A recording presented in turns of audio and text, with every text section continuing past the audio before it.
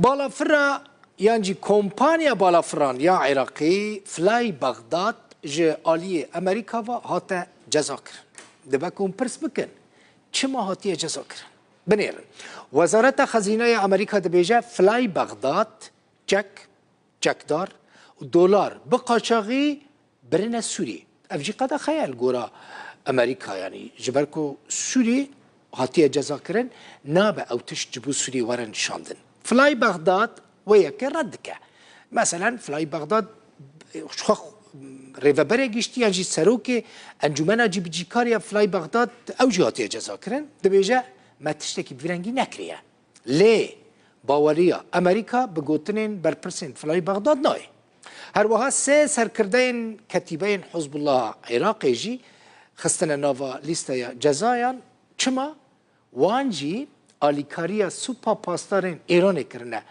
لسوری جبر بیکیجی وزارت خزینه امریکا فلای بغداد جزا کر. ئەمریکا بەهۆی ئێرانەوە سزای نوێ بەسەر کۆمپانیایەکی عراقی دەسەپێنێت. ڕۆژی دووشەمە وەزارەتی گەنجینی ئەمریکا ڕایگەیاند بۆی هاوکاریکردنی ئێران و گواستنەوەی پارە و چەک و چەکدار کۆمپانیای فڕۆکەوانی عراقی فلای بەغداد دەخاتە نێو لیستی سزاکانیەوە. ڤێدان پاتێڵ جێگری کتەبێژی وەزارەت دەرەوەی ئەمریکا بە ڕووداوی ڕاگەیان ئەوان لەگەڵەوەدان دەبێت سەروەری خاچی عراق بپارێزێت هاوکات هەر شتێکیش پێویست بکات بۆ پاراستنی مەدەنیەکان و هێزەکانی خۆشیان دەیکات. باوەریە مەیە بەهێز ئەوە کو دوێت سەروەریە وڵاتان و عێراقیش وەرە پاراستن و دوێ ڕەوشێدە ڕێز دەوەرەگرتن هەروەها پێویستە خەڵکی مەدەنی و هێزن ئەمریکای ژوەرن پاراستن و ئەوش بۆمە وەکە یەکگرتنەیە ئەگەر پێویست بکە ئەمێ پێنگاوێن پێویست باوێژن و حتا کو ئەموان کۆمێن تێکدەر ڕوبەروویی بەرپرسیارەتیە بکەن.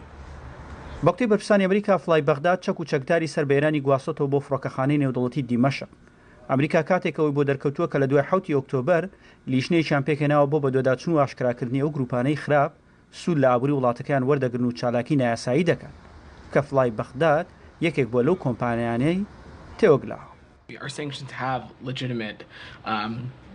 کاریگەری و مەشروعیەتە جەزایên me hene weke nimûne Filayê Bexdad a Iraqê piştevaniya êrişên Fêleqa Quds a ser bi spaya pastaran e komên çekdaran ê ser bê Îranê kiriye weke veguhestina pêdawîst û her wiha kesên li navçeyê. Filayê Bexdad bareke çek veguhestiye Balafirxaneya Şamê li Sûriyeyê û du endamên Fêleqa Quds û komên Milîsan jî veguhestiye.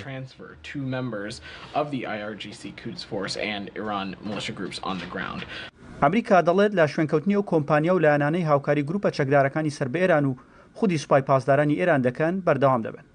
ئەمەش لە کاتێکدایە کۆمپانیای فڕۆکەوانی فلای بەغداد دەڵێت هیچ بەڵگەیەک نییە بیسەلمێنێت فڕۆکەکانیان چەک و چەکدار و دۆلاریان بە قاچاق گواستبێتەوە بۆیش پەنادەبەنە بەر یاسا بۆ داواکردنی قەرەبووی مادی و معنەوی. دیارکۆدە ڕوودا و واشنگتن.